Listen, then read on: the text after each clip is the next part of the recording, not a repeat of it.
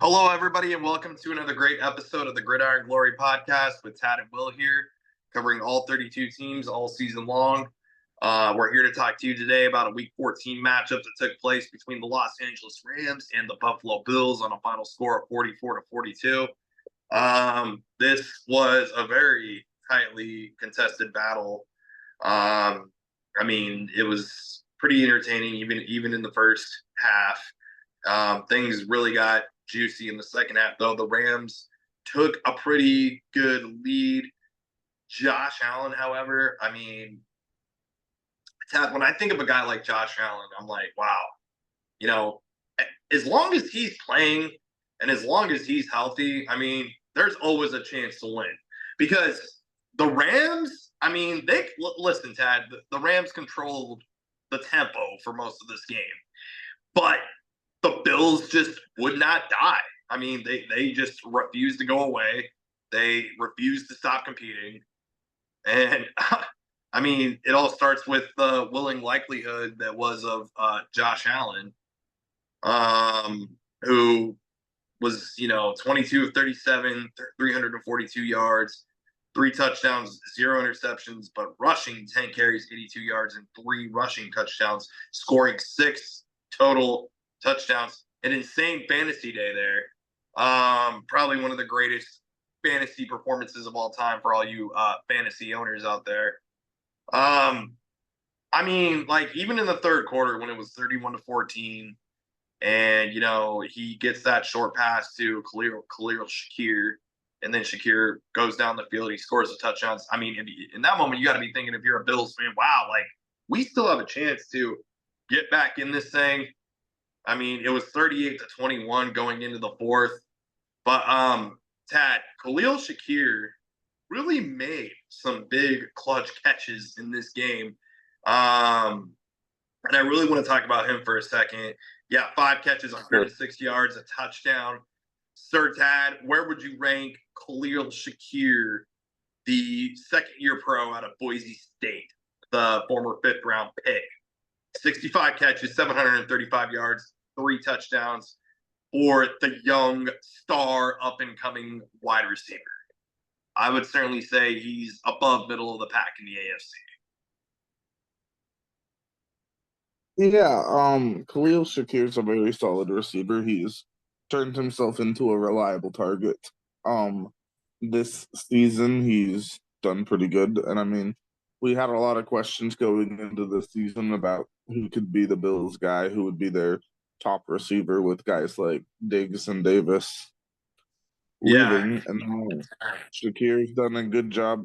Keon Coleman, when he's healthy, he's had up and down moments. He's a rookie, of course. And then you also bring in Amari Cooper, 6 catches, 95 yards in this game, and he's been solid too. So you got a lot of good options. Obviously, Josh Allen, he's great at what he does, getting them the ball. He does his job very well. So I'd say I'd say Shakir's a solid receiver.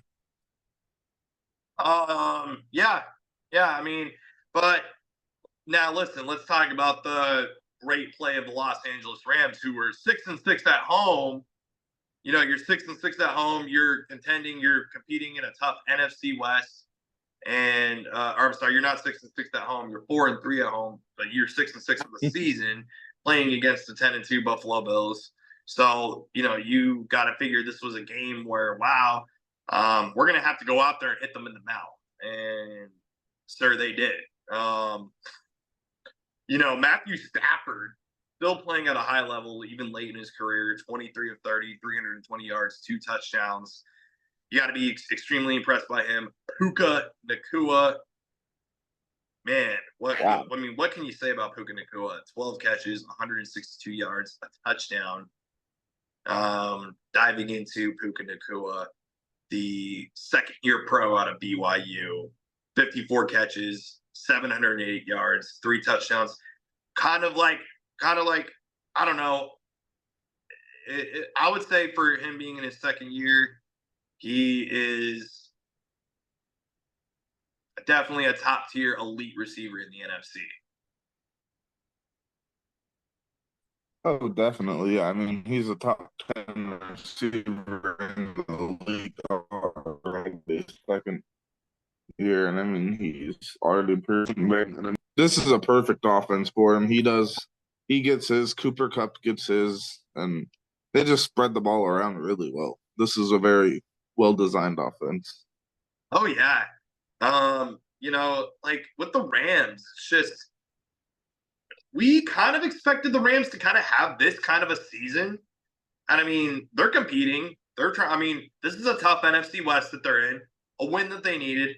You got to figure pretty much every game for every NFC West team in this late part of the season is like a must win for all of them. But yeah, still nonetheless, it's just this was an incredible showing of some really good defense. And obviously, you probably got to figure the Rams probably started playing their second and third string players on the defensive side of the ball maybe later in the game. So maybe that played kind of a factor. But yeah, Tad, the Rams defense, obviously, you come out with a really good showing. They control, I mean, both sides of the ball for the LA Rams really played well. You kind of have to just more so figure that the late comeback was a testimony to the resiliency of Josh Allen. Yeah, definitely to an extent that can be true. I mean, you got to play on both sides of the ball. The Rams, they did what they could on defense, but they really did get it's tough to defend the Bills, especially when you have a lead. But that's what it was. And I mean, I do have one thing that I'd like your opinion on. So you got at this point in the game, late in the game, the Rams are up by 3 points. They're up by 3. It's 4th and 5. The Rams have the ball. They go for it instead of kicking the field goal to go up 6. With about 4 minutes left in the game, and they get the first down to Tutu Atwell. Matthew Stafford does the pass. Well, what's your take on that play call by Sean McVay? Yeah, I mean, you feel like Dan Campbell's starting to kind of have a rub-off effect on some of these coaches in the league, right? So, this might be more of a trend that we might see in today's NFL of like more teams getting gutsy for it on 4th down like that and going for it in certain situations like that. It just seems to me that Dan Campbell's having an effect, with his coaching abilities on other coaches. That's definitely part of the story, I'm sure. And some of it's probably you see what Josh Allen is doing on the other side. You don't want to give him the ball in a 6-point game. And I mean, yeah, you don't want to give him the ball. I mean, yeah, that's just I honestly feel like it was the right call. I do too. I mean, it's a good call. It's a bold call. I mean, definitely an interesting take on that call, but in the end, I mean, that's what you gotta do to win a game, it feels like, against a team like the Bills. You're gonna have to score a lot of points to put this team away. Right. Absolutely. Because the Rams wanted to secure this win in every possible way that they could, and they did exactly that. So They did. Yeah, kudos to them. I think they went out here and they got a very resilient win, and they should be proud. Those men in that locker room should definitely be holding their heads very high. So certainly a very good win in that locker room for those group of guys. So yeah, Rams win this game 44-42. A thriller in week 14. Next week, the Buffalo Bills, they will end up going to play, I believe,